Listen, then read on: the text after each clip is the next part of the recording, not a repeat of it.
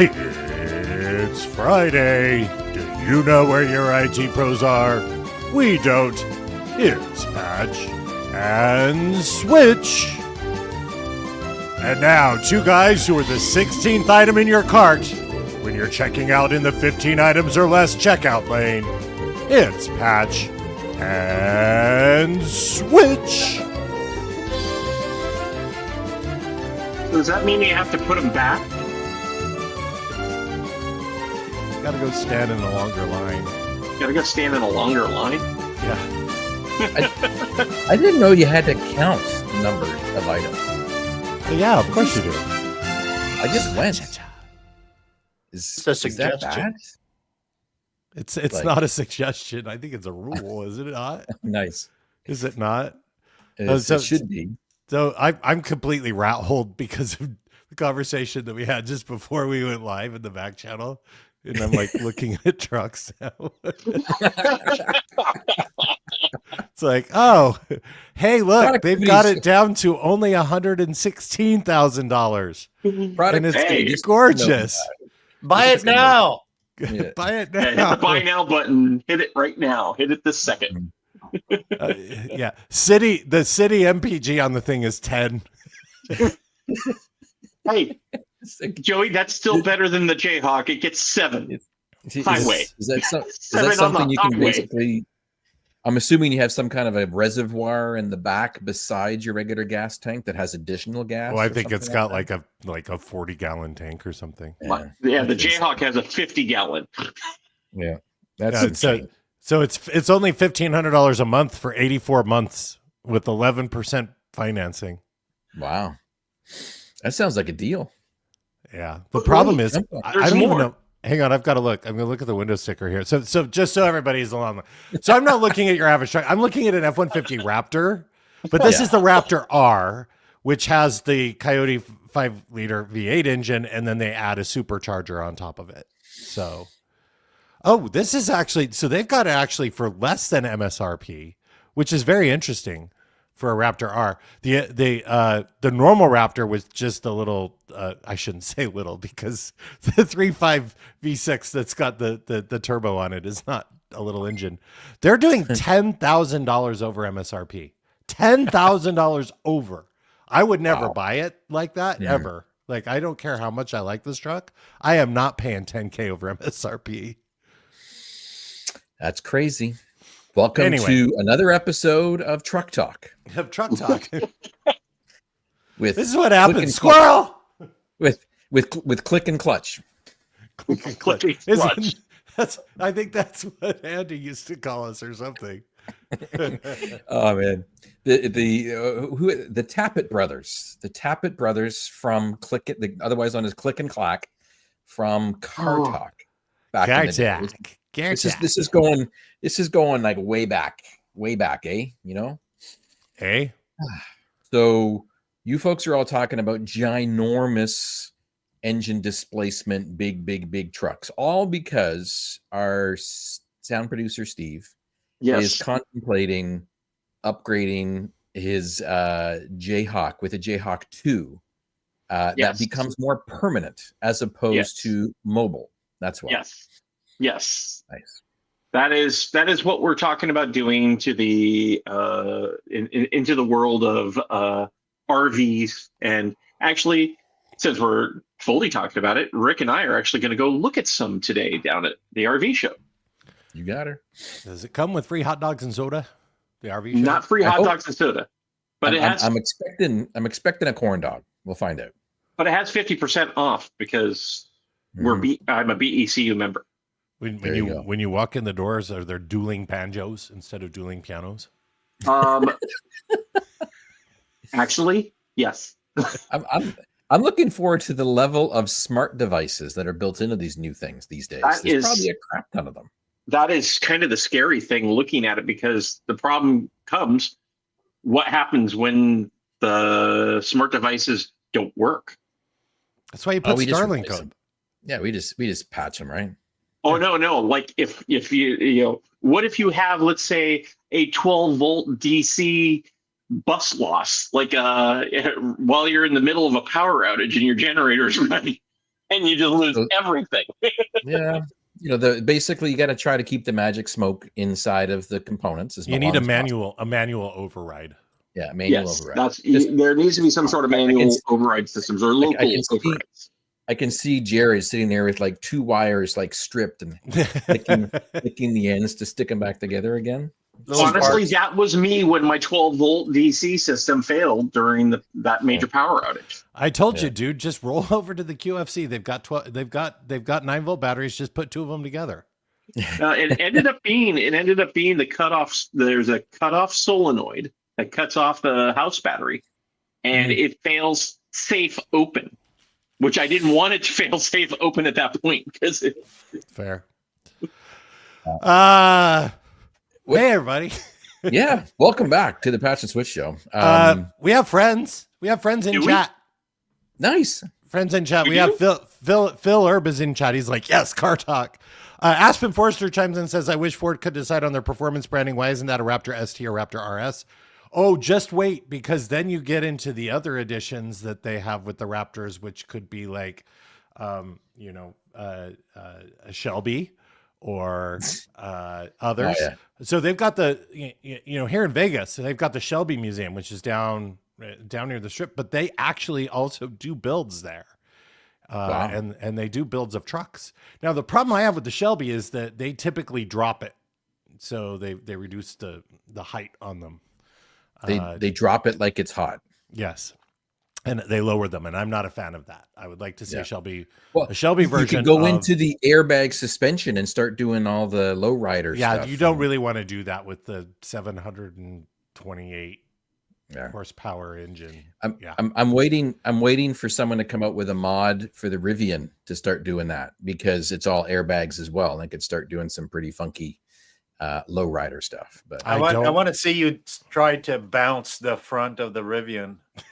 I think the front would be fine. I think it's the back half where all the batteries are that you're going to be struggling with. Well, technically, the skateboard design, like they're using, the batteries are equally distributed from front to back. Oh, fair enough. But I digress. DJ Eddie L says, happy weekend eve, everybody. Yes. Good friend Vizio MVP in who's arguing with the 15 items or less. It's 10 items or less, apparently, where he is. So yeah. Wired Canuck in the house as per usual, as is Steve, the audio producer. And our friend Ledwig is here. And Ledwig, yes. In answer to your question, am I ready to sail? Yes. We are going to be straight up Christopher Cross and sailing next week. Yeah. I've had more than 1 cup of coffee this morning. That's probably a bad sign. So I've realized schedule with the show. Are you going to be on land when the next show is going to be on? I will not be on land. So are you going to be able to join us for the show? I will not be able to join you for the show. I don't think the internet will be that strong on the boat that we can join the show. No, listen, we're lucky that my daughter has to do a quiz on the boat, and we're concerned about that. So, are you not able to bring your own Starlink device? The girls are coming. Wow! As a matter of fact, I can't even bring like a charging device that has a cord. I have to have one that can be plugged into the wall, right? Oh wow! I did not know they were that severe with. The main thing is you don't want to fire on a boat. But it's a Starlink; they don't go up in flames. You're not even allowed. Those are the Tesla Cybertrucks that go up in flames. It's just you're not even allowed a Wi-Fi device for like. Yeah, you can't bring your own router. Stateroom. Yeah, you can't bring your own router. I'm concerned that Ledwig has just shared that internet is all provided by CyraKink, whatever CyraKink is. That just sounds wrong. It's I'm not going to comment. I'm not going to comment on that. He says Starlink. There we go. There we go. And that's now going to be stuck in the video. Hey, listen. For now, this is straight up going. It's got to be a word for sure. Hang on, I'm doing it. Hold on. Yes. Joey is actually submitting a word. So if you're a first-time listener, thank you for joining us. This is a rather typical way that we start the show, but you were able to name the next show if you want by simply hitting Correct. exclamation mark word and then typing in a work safe word, and then it gets added. Joey doesn't pay any attention to what actually gets voted for. Normally we should, but we don't. And he just I picks the words, completely but pay attention. What are you talking about? Yeah. I Pays attention to completely the take ignores into them all. account. I absolutely take it into account. I haven't finished saying. Oh, did I finish saying hello to everyone? I think I may have. I think I've said hello to everyone who's here. Did I see Kowski in the house? I saw him I thought earlier. Okay. Anyway, at any rate, yeah. So I won't be here. Neither will the Wired Canuck because he's on the same boat. Oh yeah, Yeah. Well, that's interesting. We'll have to figure something out. Maybe we take a little brief hiatus because Well, aren't you going to be in Mexico? technically, I think I am in Puerto Vallarta by that point. I have to Puerto check. Vallarta. When are the games? Does she start playing immediately or? So the Puerto Vallarta College Challenge, as it's called, is a softball tournament that's been going on forever. And it's been a bucket list thing for my wife to go off and watch. And we got a chance to see our daughter play 2 years ago. And normally they go every 4 years, but this time they decided to go every 2 years. So yeah, they have a tournament in South Carolina first that weekend, and then they go off to Mexico after that.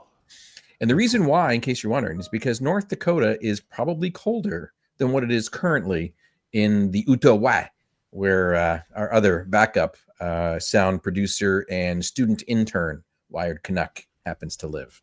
Oh, it's freaking cold here. I think that the cruise line is listening because it says save before you board and stay connected at sea. Available for up to 4 devices. That was nice. the last push notification I just got. Nice. And I'm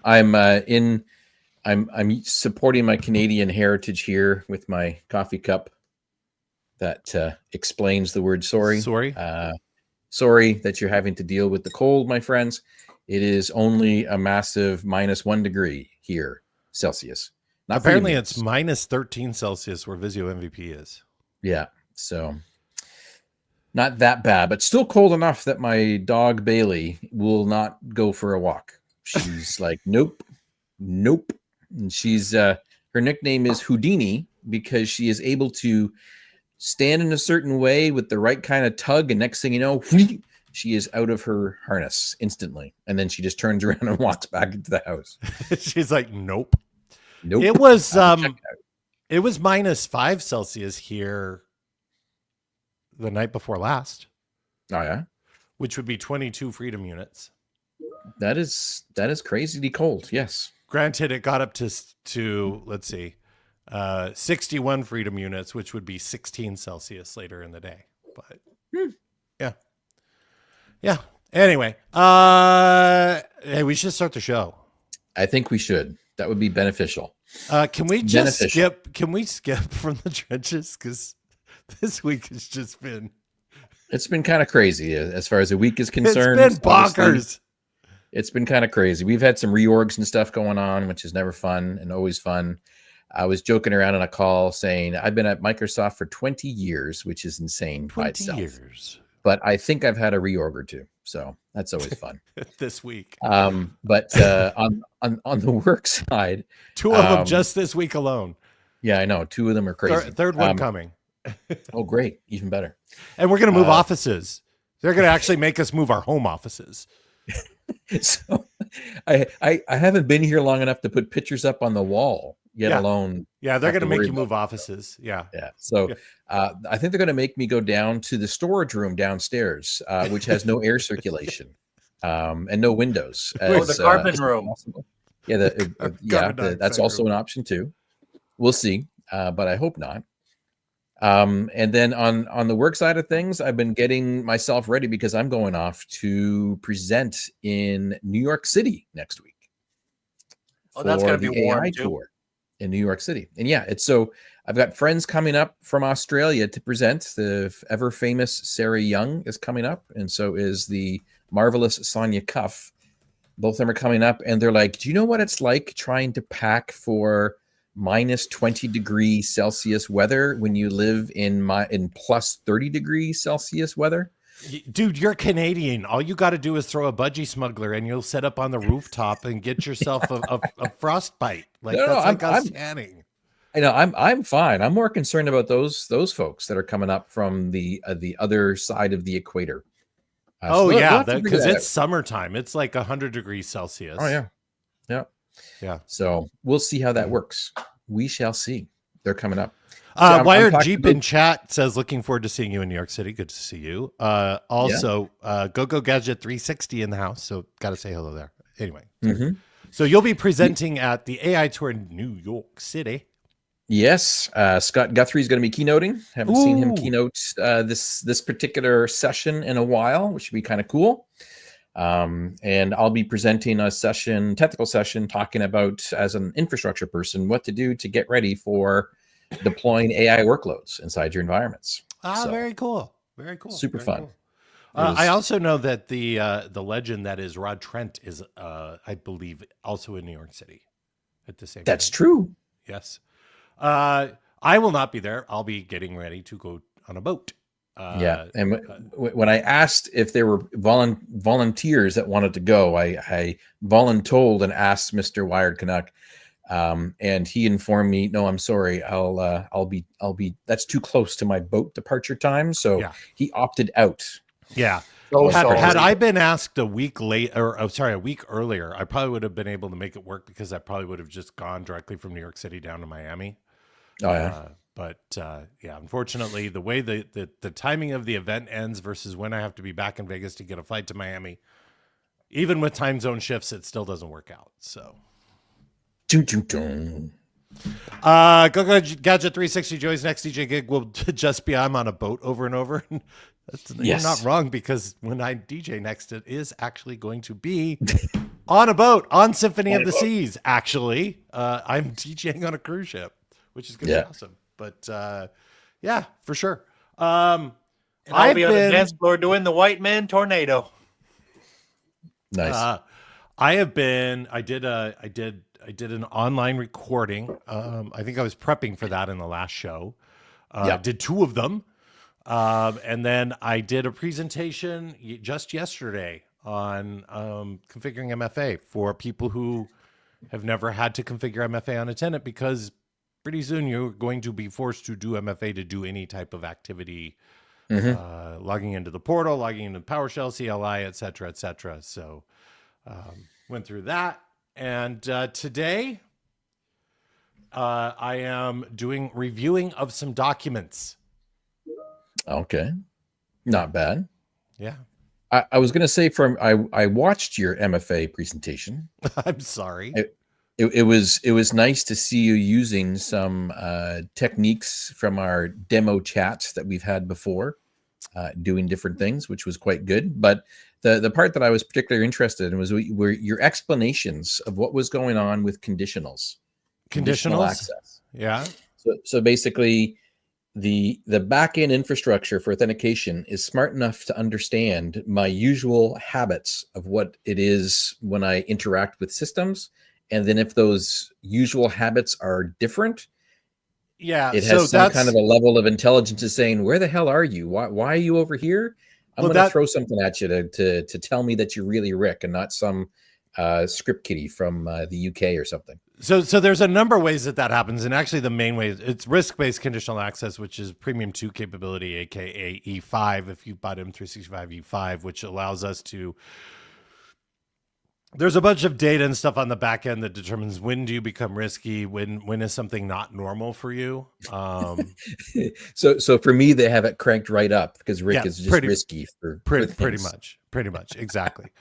Nice. But the other thing is, conditional access, when you're doing rules for multi-factor and stuff, and you want to do things, you can use network, you can do location based, you can do those types of things. But what you're talking about is kind of that, hey, let's let Microsoft determine what risk is and what those things are. And that's where you can get some of that stuff. So yeah, it's super cool.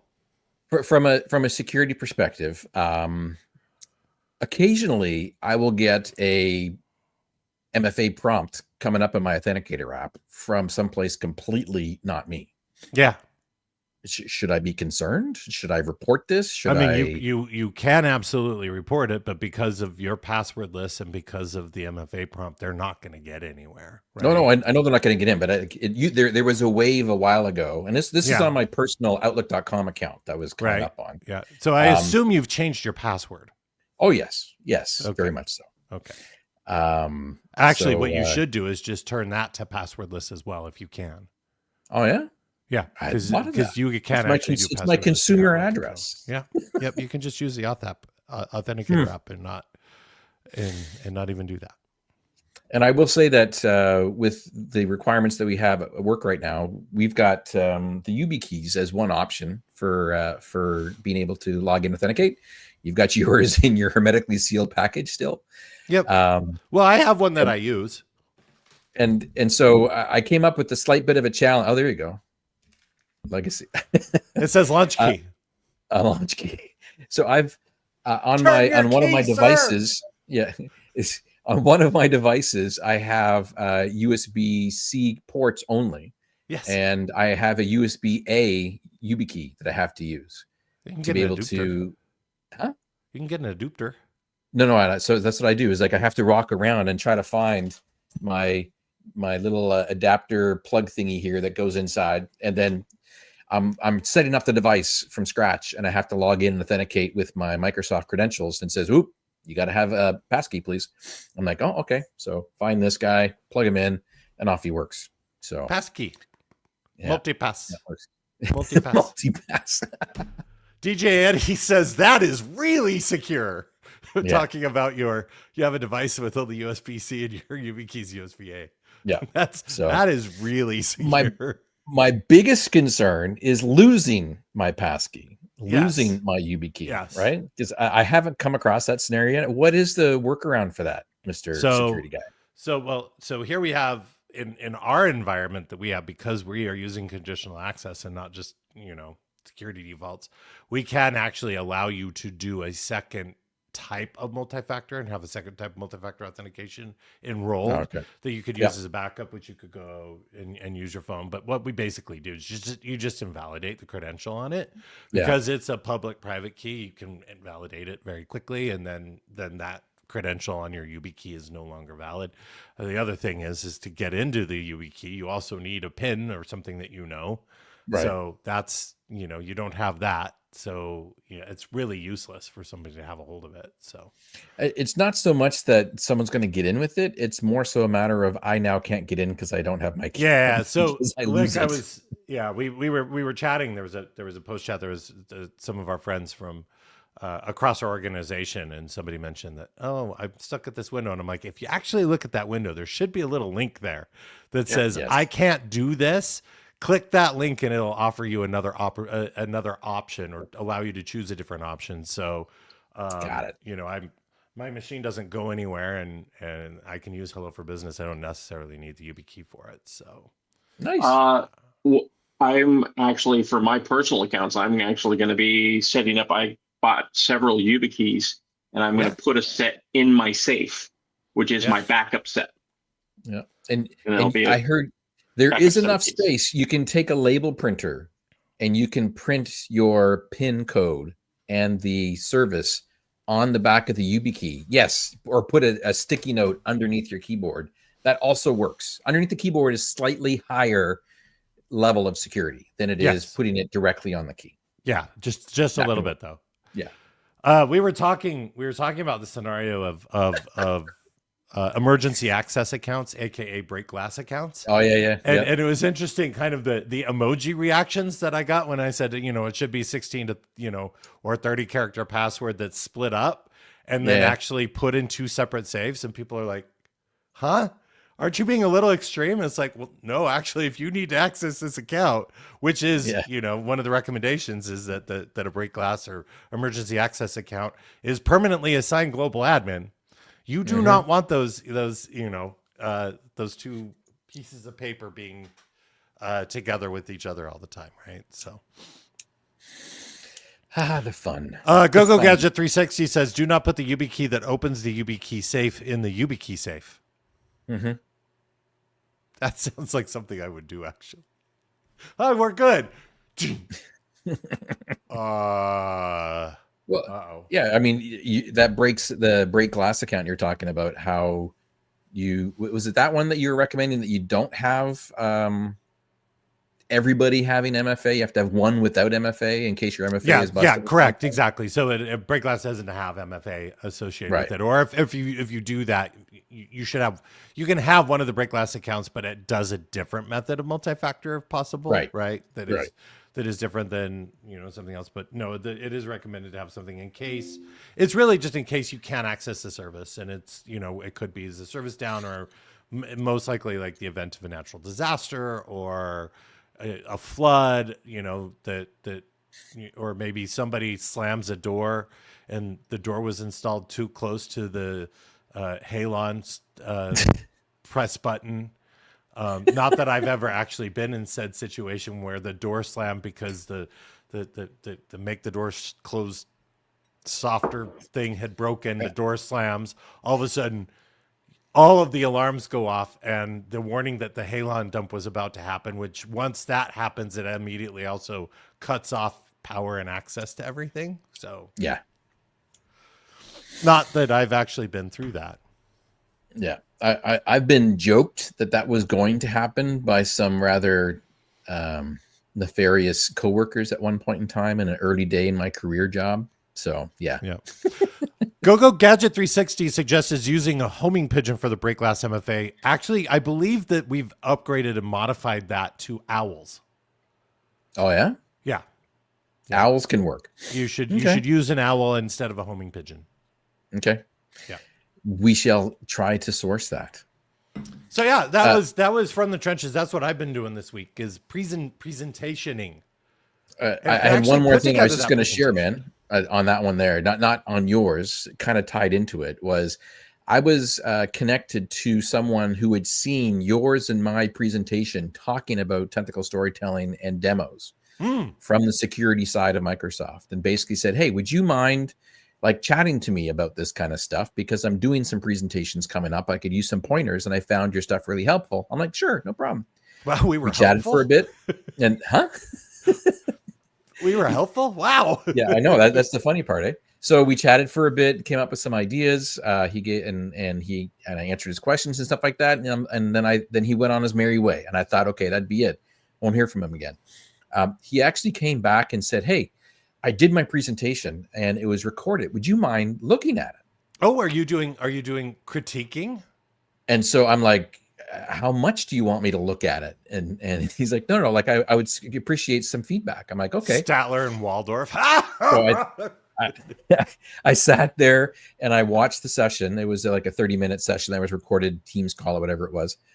And you've been with me when I watch technical sessions at events and stuff like that. I pay attention by taking notes, and a lot of times I'll end up taking notes about the delivery of the session as well as the content of the session, about areas where they can improve and areas where I can improve, where I see something that they like, that they've done well, and I want to incorporate that as well, because it's working on your craft, right, of storytelling.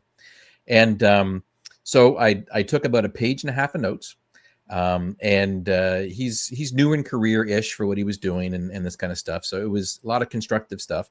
And then I'm like, I messaged him back on Teams and I'm like, "Hey, I watched that. I took a bunch of notes." I'm like, "Do you want these?" And he's like, "Oh my gosh, yes, please." And I'm like, "Do you want them edited or do you want the raw, blunt comments?" And he's like, No, the blunter, the better. I'm like, "Okay." Highlight, copy, paste, poof, drop it inside of a note, and here you go. He basically did a reasonably good job, I will say. Very good. But there are definitely areas for improvement. And he's like, after that, a day or so goes past. He's like, "Hey, I would love it if we could talk about these." I'm like, "Okay, sure, let's have a chat." So we chatted for another half an hour and talked about some stuff, and it makes me feel awesome that people are investing in themselves and their skills for being able to do stuff, including things like technical storytelling and demo capabilities. It feels weird that I'm giving advice on how to do these, but still, he was very appreciative, and yeah, he's like, well, you never know, man. In 3-4 months time, if you're up for it, I wouldn't mind sending you another one just to check in. I'm like, sure, happy to help. So, Love it. That's how I ended up with trouble with HR. yeah. So, Well, I went back Make and advocates cry. yeah, you got to watch out for that. That's why I asked, how blunt do you want these for things? So, I mean, listen, we go back and we look at some of our early speaking or our interviews or so on and so forth, and it's not good. no, there's always, that's the thing. There's always room you can to always improve, right? look. I could, Always like I room to was improve. kicking myself because I had a random thought pop in my head and it didn't get stopped by my presentation filter yesterday, and afterwards I'm like, I don't need to say these, like I just talk about the thing. But Yeah. And then you don't know this, so I actually had everything prepared to go to a second desktop and everything there, and that switch was not working. I was not able to switch to that through Teams, so I was not able to pick it. So that's why there was just like, it took me just a little longer to get into the first demo, but it was like, in my head, it felt like it was a minute or two of dead silence. I'm sure it was probably about 15-20 seconds, but yeah, nobody knew. And I'm like, oh, no demo gods today. I didn't do any of that stuff. That's one of the biggest things people do. Like, don't draw attention to the fact that something didn't go as smooth as you needed to, because potentially they don't even are going to know if you can talk it correctly. Kowski asking, are my presentations available for outsiders? So the presentation I did on MFA and enabling MFA yesterday was just an internal thing. I mean, I'm happy to share the deck, but the reality is a lot of the content's out there, right? This is just, it was more designed for somebody who is not somebody, it's really designed for people who have tenants that you're not going to get into the depth and detail of a lot of conditional access things. So it's basically, you're going to use security defaults, but if you need a little bit more complexity than that, make sure you turn on these 5 templates. Use the templates to turn back on what you've turned off with security defaults. And I didn't really go into any depth, but I'm happy to share that. I don't know that I could share the recording because that's obviously going to be we probably shouldn't share that recording because there were questions and stuff that were asked. So my Azure Essentials, is it Azure Essentials? I think it's Azure Essentials, is hosting an event. It's an external event, and I don't know how you gain access to it. I believe it's an invite-only thing. That's where I did my Azure security session, which if you're interested in the content for that, Kowski, look up Kareem Batisha's session from Ignite. Oh, nice. And I'll put his name inside the chat in the chat, and or if you want to ping me through the social medias or my email. Joey.snow. You know where I work. Nice. Nice. I can get you some direct links, but Kareem's session, there is not much difference other than I think I told a different story than he tells on one section, but pretty much the rest of it was there. So though I will start doing more externally. I built the data security session that's being used on AI Tour. That's going around all over the place. I think. Did you? I last I saw New York, that session wasn't on the agenda. I don't know if it got removed, but worst case is Sarah's presenting it, and it can be presented. But there's some stuff, and then obviously I'll probably it's something Rick and I have been chatting about as Rick being my boss, talking about what are some things that we want to do. And I'm like, I think I want to get back out on stage a little bit more and do some things. And so there probably may be some more opportunities there or to see me live. Stay tuned. Speaking of which, stay tuned. Budget asking you. RSA. Nice. Anyway, yeah. So that's what I've been working on. It's awesome, man. It definitely takes a minute to get back to doing, particularly virtually, right? Making sure that you have everything set up right. I noticed midway through that I didn't turn off the clock on my system, even though I had notifications turned off and everything. And it was bothering me. even though Oh, yeah. like it was a live presentation, it wasn't like recorded, so it doesn't. Yeah, it just was. I'm like, but that's something I know I should turn off. But again, multiple desktops. Yeah. Thanks, Wired Canuck, for dropping in Kareem's the link perfect. to Kareem's session. That's Look awesome. at that. Yes. Sharing, platform security resources. in evolving threat landscape. Second segment of the show is Beer Money, the support that we do for our friends, families, friends, sisters, uncles, cousins. Have you done any Beer Money support?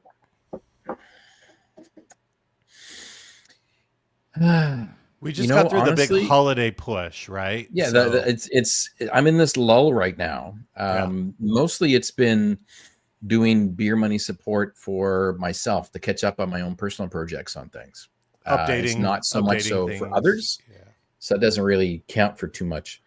I've been trying to work with Wired Canuck, the intern, about fixing up some different options for routing on my Ubiquity network here at the house. I want to set up a isolated network at least isolated through VLAN, so layer 3 isolation. But I want to make it so that I can access it from my own side, but it can't access other things. Anyway, it's fun with the new interface. An IoT network? Design. Is that what you're saying? Are you setting up an IoT network? No, actually, it's the home lab network for stuff. Gotcha. So not just the IoT one, but actually a home lab network as well.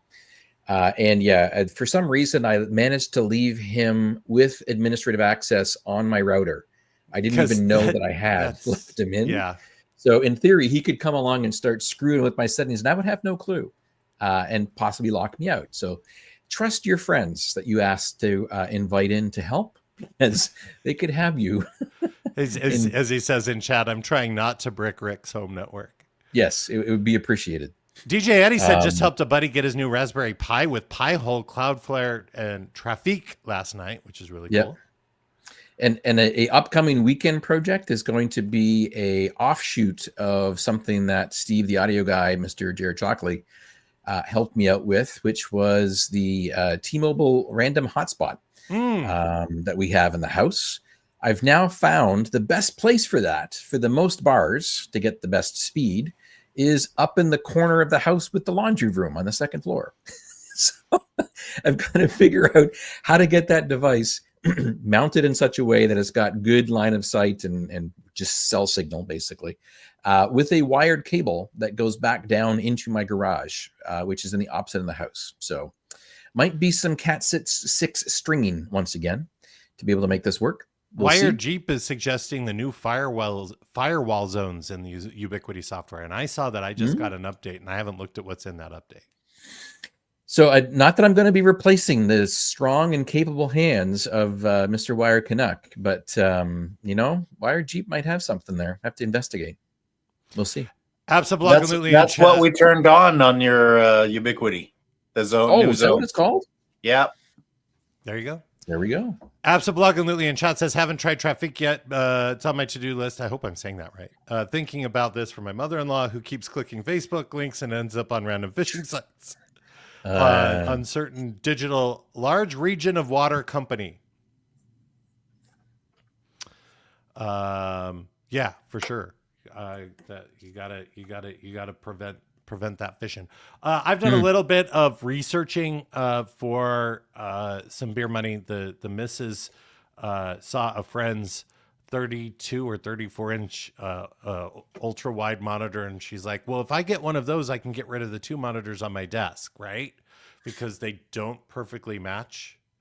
So apparently she's like, I can't stand it. Doesn't work for aesthetics. Yeah. And I'm like, okay, sure. So I've started doing some research there. I'm early in the research, because obviously when I start looking at the best ones, they're well outside of her allotted budget that she's given me, because she's the CFO.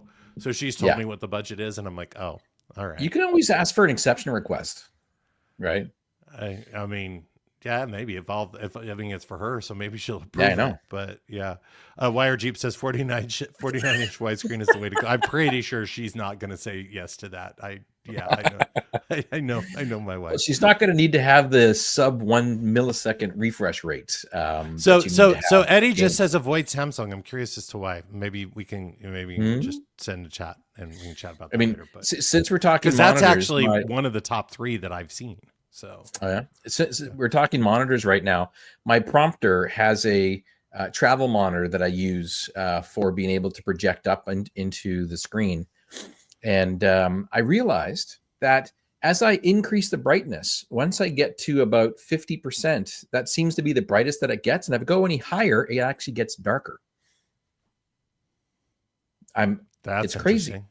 That's like, maybe it's broken. So we'll see. Go Gadget 360. Just buy a giant TV unless you care about high refresh rate. I'm pretty sure that's not going to work for the aesthetic either. Again, and as you mentioned, the problem is she's not just the CFO; she's the EVP that approves all exceptions, and she's also the design person to where the aesthetic has to come in. DJ Eddie says some of the smart monitors have issues with screens going black, and their support is horrible. Fair enough. Good call. Good call. Random spending, my friend. Yes. Oh, I random spent last weekend. I spent $30 to gain pre-access to Path of Exile 2. Oh, okay. And dear God, am I hooked? Oh yeah, because you were visiting friends. And then you got hooked into this new game. Completely got hooked into Path of Exile 2. Oh, yeah? I thought I was bad with Diablo. And by the way, the new Diablo season just kicked off and I haven't even updated it. Wow. And I realized that I played for basically a week without even knowing one of the key mechanics of the game, which is around. So I kept going and I would only upgrade my gear if I had new gear drop because that's the Diablo way, right? Well, there's actually a full-on crafting system inside Path of Exile where you are meant to, from the beginning, start crafting things and getting it, and it drops various gems and so on and so forth, things that you can apply to items to turn them from normal to magic and then from magic to rare. Add an effect, right? So you've got basically, and a rare item can have up to 6 different things on it, affixes, which is so super cool. I am absolutely obsessed with this game. So, 5:30 p.m. rolls around or 6 p.m. when I finish up work and everything. And I go downstairs and I grab my plate of dinner and I'm like, they're watching some trashy Netflix or something other series on something, and I'm like, "Are you good?" And they're like, "Yeah, go ahead." And I just come up here, right back upstairs again, right back up here and play Path of Exile until like 11 p.m. So I restarted my character that I had started a week ago, just because now that I've learned some things, and I'm already above the level that I was that it took me a week to get to. Playing with Sorceress, having a great time. I think I'm level 18, 19. It's beautiful. It's a pretty game. It's got some flaws. It's got some bugs because it's pre-release. So, sometimes the end of a boss fight, you end up getting stuck because it doesn't let you out because it's bugged. But the one thing you have to learn about Path of Exile, you will die, and you will die a lot, and you have to just accept it. Now, that's fine for me because I play Diablo that way. I don't play the hardcore never die version of Diablo. I'm like, well, if I die, I die, right? Yeah. Having a great time. So the $30, $30 was well worth it. Have you random spent? Are you allowed to random spend? We're in lockdown mode just because we're about to go off and do the trip out to Puerto Vallarta, but I did random spend for the trip in Puerto Vallarta, of course. Yes. And I got approval ahead of time, which is good. But before the softball starts, there is a period of time when we're just chilling and relaxing. And I decided to do some research, and I found a trip within a trip that I can do. So I'm doing a nested trip inside of the Puerto Vallarta softball trip, where I will be on the back of a motorcycle exploring the mountains and hills over the mountainscape to some far off towns, which is really cool. So yeah, I'm going to be taking an internal 2-day adventure motorbike trip. So I've got some gadgets that I purchased for that. We'd be mainly listening to Mexican radio. So I'm actually contemplating taking one of those crazy buses that they have. Have you seen the buses, the pictures of buses that they have? They go off and service all these different little villages around. It's like a school bus that's been covered in jewels and artwork. Oh, yeah. Those and they play the music like crazy, and literally it's everything says it's safe. So because the internet said it must be true. Because the internet said it's safe. And so we'll see. I might just end up going for a taxi or an Uber ride instead. But we'll see. So yeah, if you don't hear from me, or if a magical GoFundMe springs up, fair, you might see me. But what's our budget if we get a ransom demand from the cartel? You need to hear my safe word to know that it's real, right? My safe word for this trip is going to be break glass. Break glass. Okay, fair enough. Super Tech Boy just asked that same question. How much ransom money are you worth? I think I have $10 that I can pitch in. Hey, you're doing better than me. I got $1.380. $1.380 is what I'm worth. Super Tech Boy, it's a good thing the cartels are listening. Absablog and Lily said we'd get the bus from our hotel to town each day was safe, very cheap compared to a taxi. Recommend getting a meal at Le Cliff for an awesome view. Yeah. Don't know why I just did a French accent for Le Cliff. a Mexican word, but I did. Well, the organization that I'm working with is 300 reviews. Very good number of stars, lots of good verbatims of people saying awesome experiences. So I'm really looking forward to it. Looking forward to it. Breaking NFL news. Apparently the Las Vegas Raiders have hired Pete Carroll, formerly of the Seattle Sea Chickens, to be their head coach. Oh, wow. Yeah. I did not know. There you go. That is interesting. That really is breaking news. That is. Apparently it just occurred because my daughter sent me a message saying new head coach. Oh, nice. I don't know if hang on. Okay, it's in the media. I'm not breaking any rules. I'm quite sure she wouldn't you're gonna tell get your me. girl fired. Yeah, I don't need my daughter fired. My daughter works for the Raiders right now. So, nice. Yeah. Can we get a beer talk? We kind of skipped over it because we're paying homage to the fact that Scott's here.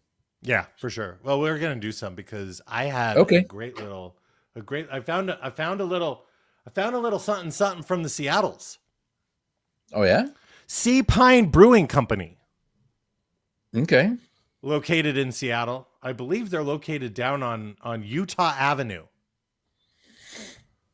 I am not familiar with Sea Pine Brewing. But anyway, I found I found a 6-pack, so more than one can, of Sea Pine Brewing's Mosaic Pale Ale. Okay. 5.4% pale ale with the Mosaic hop. So it's kind of citrusy, kind of like juicy tasting. Okay. Highly recommend. Highly recommend. Very drinkable. Very. So it's not going to be like smacking in the face with a bag of lemons, kind of citrusy. It's I would say soft bitterness. Soft bitterness. Yeah, so it's bitterness, but it's not going to wallop you over the head. And then I started going through and looking at the various beers that they have. They've got a Citra IPA as well, which I need to go to the establishment and see if I can find out if I can get that here. And then right now they have a I don't know if it's at the brewery or if they're canning it or whatnot, but it looks like there are cans. They have a seasonal winter ale, which is called Flannel Channel.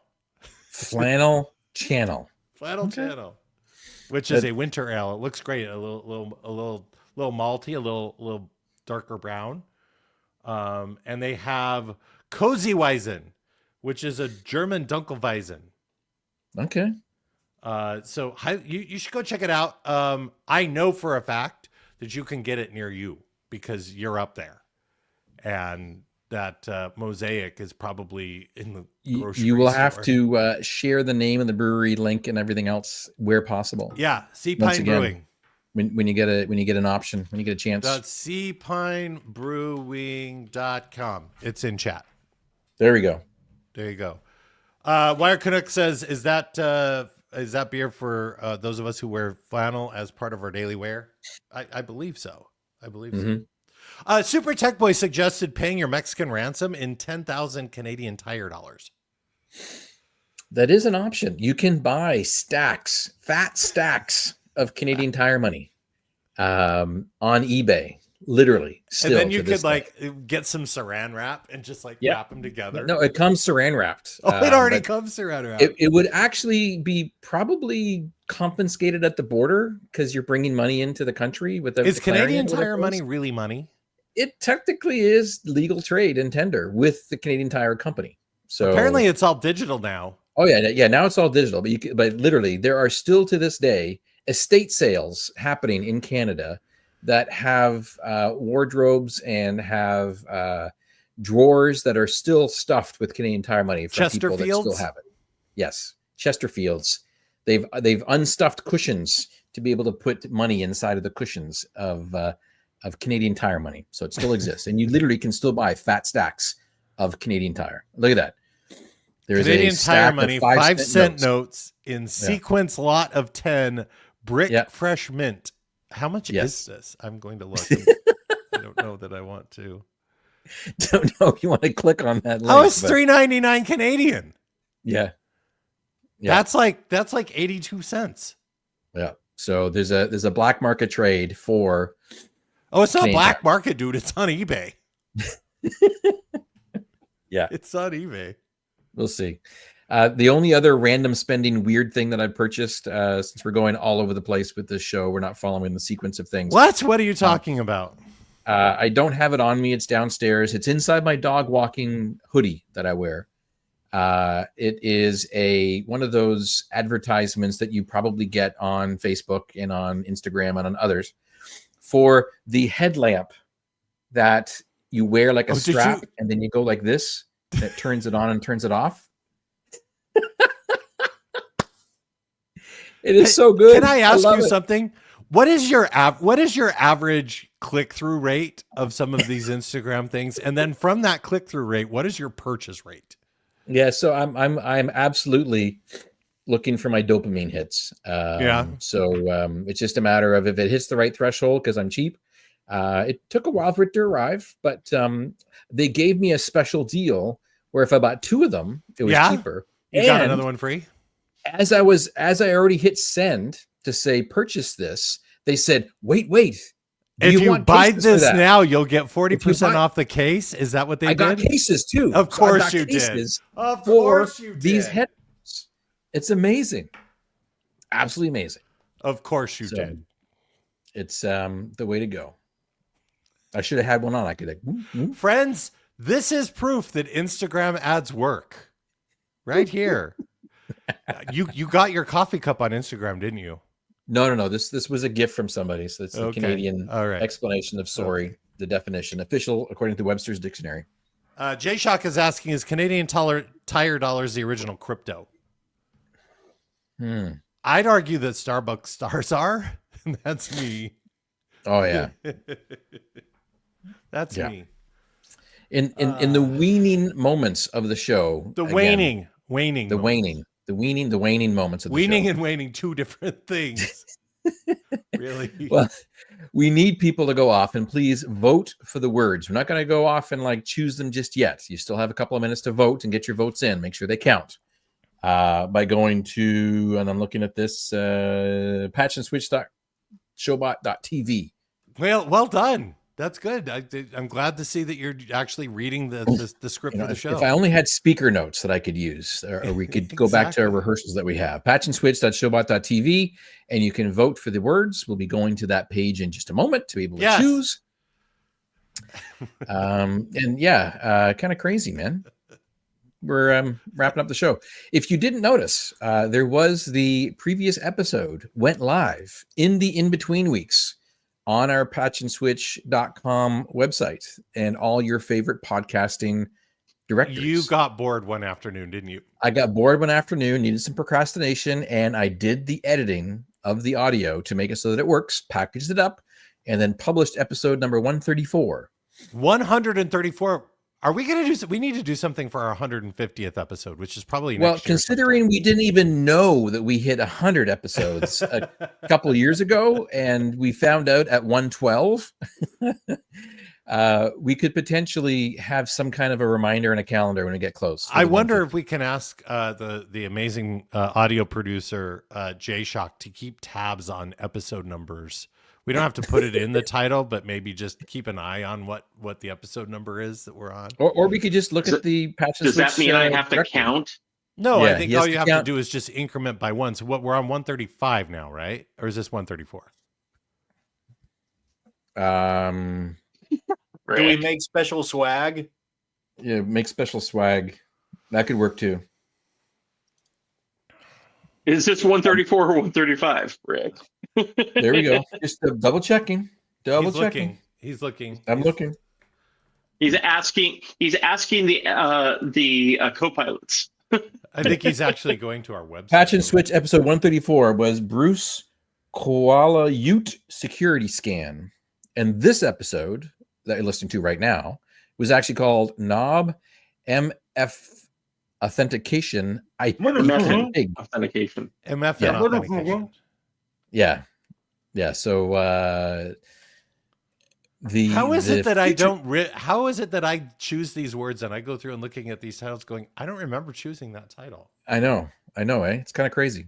But if you go back and you listen to the audio or watch the video, you did. Yeah. So episode 135 right now. This is the episode 135, yes. So there we go. 15 episodes, which is 30-ish weeks plus, give or take. How many weeks are there at 52? We'll get to it this year. In a year. Yeah, we'll get to it this year. All right. Yeah. Wow. Excellent. I'm going to head on over to patchandswitch.showbot.tv and choose 3 work-safe words that will be selected. We have Syra Kink, Mexican Radio, Break Glass, Car Talk, You Be Safe, Owl Never Die, CT $, Summer and Winter, Truck Inception, Random Thoughts, Vacation, Weaning or Waning, Snow and Blizzard. We're going to do Weaning or Waning, CT $, Syra Kink. Syra Kink. I love that. And then people who go through and look at this are going to go, what the hell did they talk about on that show? Yeah, and technically Syra Kink was submitted by Kowski, not Joey Snow. That is correct. But I also submitted it, but I didn't use it. He also submitted. So there was a duplicate that was there. Well, and people voted. It was one of the top voted. That does. So work. how do you misspell a misspelled word? It's creative. That's all I can say. I'm good at that. I don't know what you want me to say. I believe it's time to say goodbye, my friend. It is time to say goodbye. All right. With the band playing, that means we've come to the end of another exciting episode of the Patch and Switch program. I'm not back in 2 weeks' time. However, you will. Yeah, no. Yes? You're around? I'm on a boat. Yeah, we'll figure it out. Want to say thanks to all of our friends who have joined us. Vizio MVP, Kowski, Super Tech Boy, let's see, DJ Eddie L, our good friend Ludwig, who I will see you next Saturday, I believe. Are you in Saturday? Do you get in Saturday? Anyway, we'll chat. Go Gadget 360, the aforementioned Super Tech Boy, which I believe, Absent Blogalutely. Good to see you in chat. Wire Jeep, good to see you, my friend. Let's see, of course, I said Vizio MVP. Wire Connect, everybody else. We're back in a fortnight's time. At least he is. I'm not. Until then, have a weekend, everybody.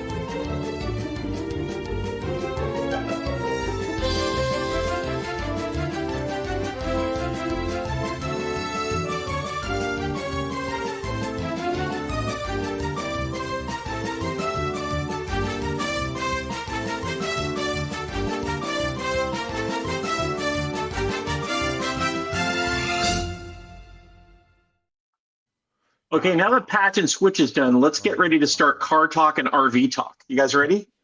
Oh, yeah. Okay, I got the. Let's find the theme song. The dueling banjos. The dueling banjos. Yeah. Look, a bunch of guys coming up with another podcast. Great. We really don't need another podcast.